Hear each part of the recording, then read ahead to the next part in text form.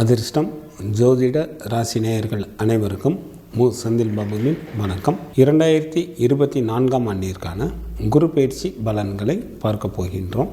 தேவர்களின் குருவான குரு பகவான் ஒரு ராசியிலிருந்து மற்றொரு ராசிக்கு பயிற்சியாவதற்கு ஒரு வருடம் எடுத்துக்கொள்வார். இந்த குரோதி வருடத்தில் சித்திரை மாதம் 18ஆம் தேதி மே மாதத்திற்கு 1ஆம் தேதி புதன்கிழமை மாலை குரு பகவான் மேசராசியில் உள்ள கார்த்திகை நட்சத்திரம் 1ஆம் பாதத்தில் இருந்து கார்த்திகை நட்சத்திரம் 2ஆம் பாதமான ரிஷப ராசிக்கு இடப்பெயர்ச்சி ஆகின்றார். ஒரு மனிதருக்கு கல்வி, வேலை, திருமணம், திரபாக்கியம் போன்றவை நல்ல முறையில் கிடைப்பதற்கு குரு பகவானின் அருளாசி முக்கியம். எனவேதான் நவ கிரகங்களில் குரு பயிற்சியானது நம்முடைய ராசிக்கு எவ்வாறு பலன்களை தரப்போகின்றது என மக்கள் அனைவரும் எதிர்பார்க்கின்றார்கள். குரு பகவான் கோச்சாரப்படி ராசிக்கு 2, 5, 7, 9 மற்றும் 11ஆம் இடங்களில் சஞ்சாரம் செய்யும் போது நன்மை செய்யும் என்று ஜோதிட வல்லுநர்கள் கூறுகின்றார்கள். குரு பகவான் தான்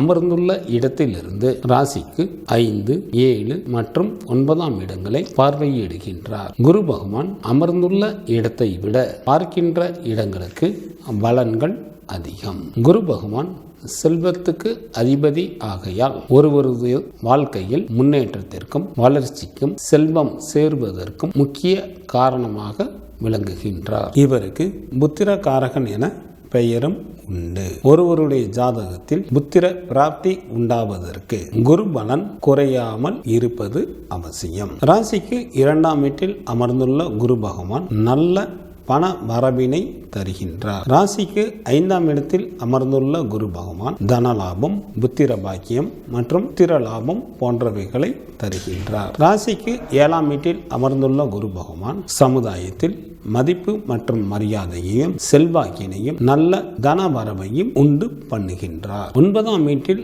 அமர்ந்துள்ள குரு பகவான் மனைவி மக்களுடன் இணைந்த நல்ல மகிழ்ச்சிகரமான வாழ்க்கையினை தருகின்றார் மற்றும் நல்ல பொருள் வரவையும் தன வரவையும் ஏற்படுத்தி கொடுக்கின்றார். 11ஆம் வீட்டில் அமர்ந்துள்ள குரு பகவான் செய்யும் தொழிலில் நல்ல லாபத்தை உண்டு பண்ணுகின்றார். நாம் எண்ணிய எண்ணங்கள் அனைத்தையும் நிறைவேற்றுவதற்கு ஏற்ற காலத்தையும் ஏற்படுத்தி தருகின்றார். இவ்வாறாக குரு பகவான் அமர்ந்துள்ள இடங்களில் நல்ல பலன்களை வழங்குகின்றார். 7 இடங்களில் குரு பகவான் சுமாரான பலன்களை வழங்குகின்றார். அவைகள் முறையே ஜென்ம ராசி, ராசிக்கு 3ஆம் இடம், ராசிக்கு 4ஆம் இடம், ராசிக்கு 6ஆம் இடம், ராசிக்கு 8ஆம் இடம், ராசிக்கு 10ஆம் இடம் மற்றும் ராசிக்கு 12ஆம் இடம் என சுமாரான பலன்களை வழங்குகின்றார். ஜென்ம ராசியில் குரு பகவான் அமர்ந்து இருப்பதால் சில அன்பர்களுக்கு சாதகமற்ற சூழ்நிலைகள் ஏற்படும். சில அன்பர்களுக்கு ஜென்ம ராசியில்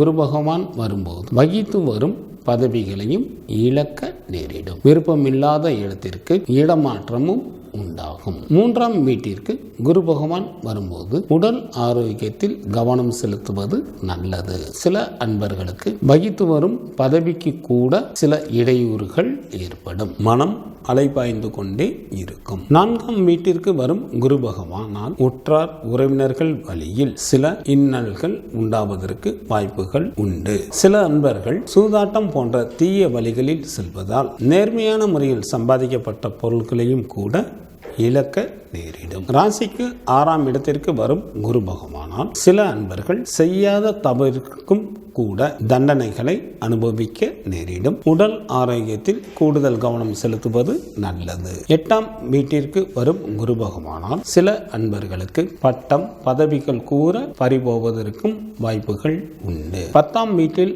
அமரும் குரு பகவானால் சில அன்பர்களுக்கு மன கஷ்டம் மற்றும் பண கஷ்டம் போன்றவைகள் ஏற்படும். தவறான வழியில் சில அன்பர்கள் செல்லும் போது தனது பதவி அந்தஸ்தையும் இழக்க நேரிடும். 12ஆம் இடத்திற்கு வரும் குரு பகவானால் சில அன்பர்களுக்கு தன விரயம் உண்டாகும். பதவி இறக்கம் உண்டாவதுடன் அதிக செலவும் ஏற்படும். இவ்வாறாக சுமாரான பலன்களை தரக்கூடிய இடங்களை பற்றி பழம்பெரும் ஜோதிட நூல்களில் கூறப்பட்டு உள்ளது. இவற்றிற்கான பரிகாரமாக வியாழக்கிழமை அன்று குரு பகவான் ஸ்தலமான கும்பகோணம் அருகே உள்ள ஆலங்குடி சென்று வழிபாடு செய்வதன் மூலமாக தங்களது இடர்பாடுகளை நீக்க இயலும். வியாழக்கிழமை அன்று குரு பகவான் ஸ்தலமான திருச்செந்தூர் சென்று முருகன், தட்சிணாமூர்த்தி மற்றும் சூரசம்ஹார மூர்த்தியை வழிபடுவதன் மூலமாக தங்களது வினைகளை தீர்க்க இயலும். இங்கு சொல்லப்படுகின்ற பலன்கள்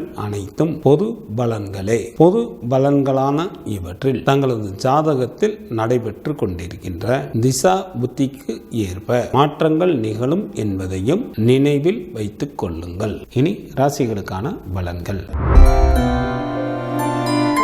சகோதர காரகரான செவ்வாயை ராசி அதிபதியாக கொண்ட மேசராசி என்பவர்களை தங்களது ஜென்ம ராசியில் சஞ்சரித்து வந்த குரு பகவான் தங்களது ராசிக்கு 2ஆம் இடத்திற்கு செல்கின்றார். ஜென்ம ராசியில் இருந்து வந்த குரு பகவான் தங்களை எந்த ஒரு முடிவுகளையும் எடுப்பதற்கு தடுமாற வைத்து கொண்டிருந்தார். தங்களது ராசிக்கு 2ஆம் இடத்திற்கு குரு பகவான் வருவதன் மூலமாக மிகப்பெரிய மாற்றத்தையும் நல்ல தன லாபத்தையும் தரப்போகின்றார். குரு பகவானால் தாங்கள் பல விதங்களிலும் நன்மைகள் அடைய போகின்றீர்கள். ராசிக்கு 2ஆம் இடத்திற்கு வரும் குரு பகவானால் ஏராளமான செல்வ பெருக்கு உண்டாகும். குடும்பத்தில் மங்களகரமான நிகழ்ச்சிகள் நடைபெறும். குழந்தை பாக்கியம் கிடைக்கும். உடல் நிலையில் நல்ல ஆரோக்கியம் கிடைக்க பெறுவீர்கள். செய்கின்ற தொழிலிலும் நல்ல வருமானம் வரும். நண்பர்களும் தங்களுக்கு நன்கு உதவி புரிவார்கள். ராசிக்கு 2ஆம் இடத்தில் குரு பகவான் அமர்ந்து இருப்பதால் குரு பகவானுக்கு பலம் தரக்கூடிய இடமாக அமைந்தும் இருப்பதால் தங்களது தேவைகள் அனைத்தும் எளிதில் பூர்த்தி ஆகும். ராசிக்கு 2ஆம் இடம் என்பது தனம், குடும்பம், வாக்குஸ்தானமாக இருப்பதால் குடும்பத்தில் இவ்வளவு காலமாக காணாமல் போயிருந்த மகிழ்ச்சிகள் திரும்ப வரும். மீண்டும் கலகலப்பும் சந்தோஷமும் நிறைந்த நிலைகள் நிலவும். தனஸ்தானத்திற்கு குரு பகவான் வருவதால் திடீர் அதிர்ஷ்ட லாபங்களும் கிடைக்க பெறுவீர்கள். இன்றைக்கோ செய்த முதலீடுகளின் மூலமாக நல்ல லாபங்கள் தங்களை வந்து சேரும். சொத்துக்கள் வாங்குவதாலும் விற்பதாலும் செல்வம் பெருகும். குடும்பத்தில் உள்ளவர்களின் எண்ணிக்கை அதிகரிக்கும். குரு பகவான் தனது 5ஆம் பார்வையாக தங்களது ராசிக்கு 6ஆம் இடத்தை பார்க்கின்றார். ராசிக்கு 6ஆம் இடம் என்பது நண்பர்கள், பகைவர்கள் மற்றும் நோய் போன்றவற்றை குறிக்கக்கூடிய இடமாக உள்ளது. தங்களது நண்பர்களின் மூலமாக பல விதங்களிலும் நன்மைகள் உண்டாகும். நண்பர்களின் உதவியால் தாங்கள் புதிய தொழில்களை செய்வதற்கும் வாய்ப்புகள் உண்டு.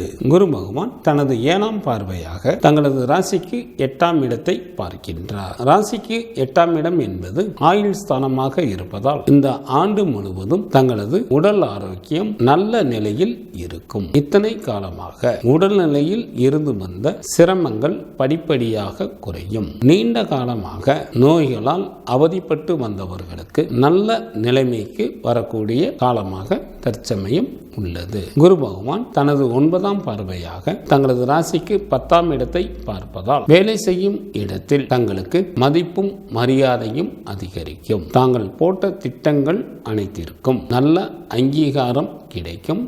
மேலதிகாரிகளின் பாராட்டுகளும் கிடைக்க பெறுவீர்கள். தங்களுக்கு பதவி உயர்வும் ஊதிய உயர்வும் கிடைக்க பெறுவீர்கள். புதிய உத்தியோகத்திற்கு மாற வேண்டும் என முயற்சி செய்யும் அன்பர்களுக்கு மிகவும் ஏற்ற காலமாக தற்சமயம் இருப்பதால் தாங்கள் விரும்பிய வேலைக்கு செல்வதற்கு வாய்ப்புகள் உண்டு. மாணவர்களுக்கு மிக மிக யோகம் தரக்கூடிய நிலையில் குரு பகவான் அமர்ந்து இருப்பதால் நல்ல மதிப்பெண்களுடன் கூடிய தேர்ச்சிகளை பெறுவீர்கள். பெண்களுக்கு தொட்டதெல்லாம் பொன்னாக கூடிய காலமாக தற்சமயம் உள்ளது. தைரியத்துடன் தாங்கள் எந்த ஒரு முடிவினையும் மேற்கொள்ளலாம். உற்றார் உறவினர்களிடையே மற்றும் அண்டை வீட்டாருடன் நல்ல இணக்கமான சூழ்நிலைகள் நிலவும். குடும்பத்தில் மகிழ்ச்சிகள் நிறைந்து காணப்படும். வியாழக்கிழமை அன்று குரு பகவானை மஞ்சள் நிற பூக்களால் வழிபட்டு வர ஆரோக்கியத்தில் மேன்மை உண்டாகும்.